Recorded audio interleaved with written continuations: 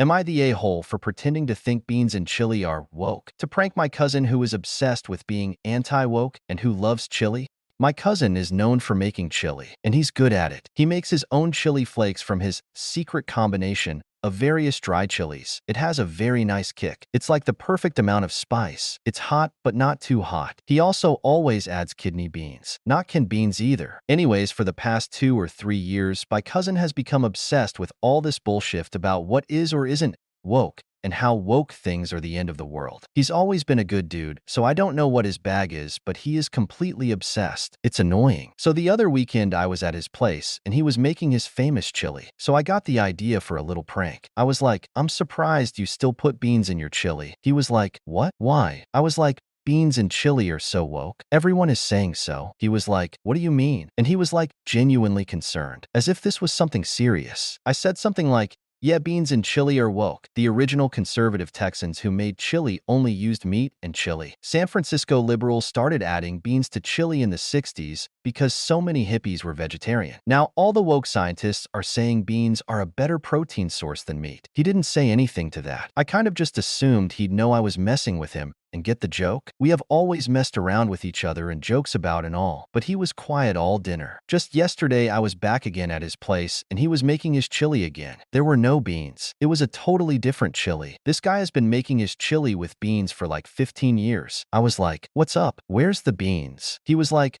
I don't mess with that woke shift. I was like, what? He was like, beans and chili are woke. Even you know that. Everyone else was like, what? Because what? I was like, dude, I was just messing with you. He got really angry. He dumped his chili in the sink and told everyone to go home. I thought he was pranking me back or something, but he was serious. The dude totally lost it. He texted me later and said this exact thing. I researched this online and it turns out you really were lying to me. Beans are not woke. How could you do this? We went back and forth for a bit. His position is even though we have historically pranked each other, I went too far, that I betrayed him, that I made him question his chili. I tried to ask him if this at all made him think he cared too much about woke. Like what if beans and chili was woke? So what? He ignored that and demanded I apologize. Did I take this too far? Am I the a-hole for reconsidering my marriage to my fiancé after he said he'd put his disabled son in care home after we get married?